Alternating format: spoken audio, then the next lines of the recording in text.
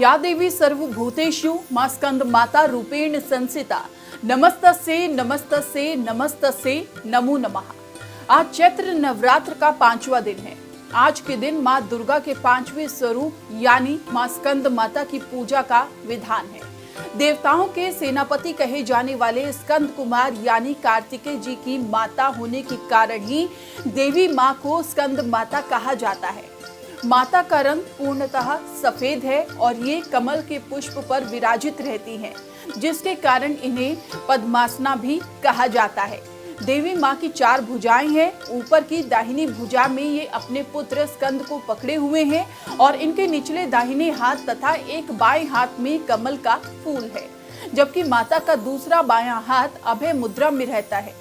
माना जाता है कि देवी माँ अपने भक्तों पर ठीक उसी प्रकार कृपा बनाए रखती है जिस प्रकार एक माँ अपने बच्चों पर बनाकर रखती है।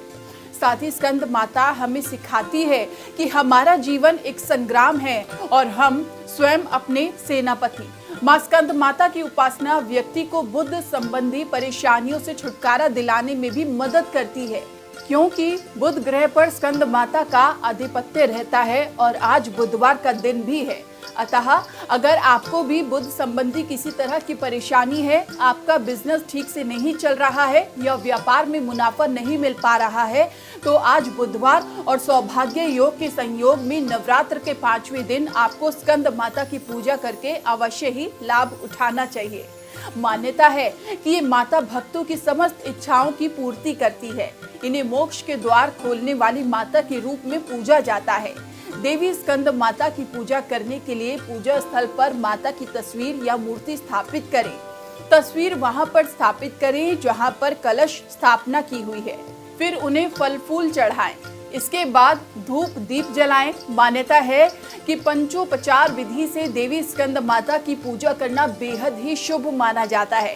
इसके बाद की पूरी प्रक्रिया ब्रह्मचारिणी, चंद्र घंटा और बाकी देवियों की जैसी ही है।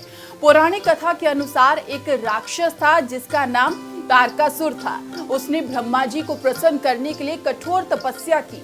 उसकी कठोर तपस्या देख ब्रह्मा जी बेहद प्रसन्न हो गए।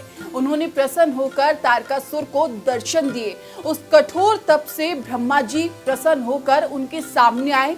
ब्रह्मा जी से वरदान मांगते हुए तारकासुर ने अमर करने के लिए कहा। ब्रह्मा जी ने उसे समझाया कि जिसका जन्म हुआ है उसे मरना ही होगा।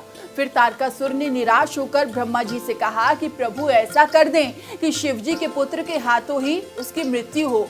उसने ऐसा इसलिए कहा क्योंकि वो सोचता था कि कभी भी शिव जी का विवाह नहीं होगा तो उनका पुत्र कैसे होगा, इसलिए उसकी कभी मृत्यु नहीं होगी। फिर उसने लोगों पर हिंसा करनी शुरू कर दी।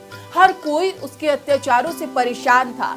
सब परेशान होकर शिवजी के पास पहुंचे। उन्होंने शिवजी से प्रार्थना की कि वो उन्हें तारकासुर से मुक्ति दिलाए।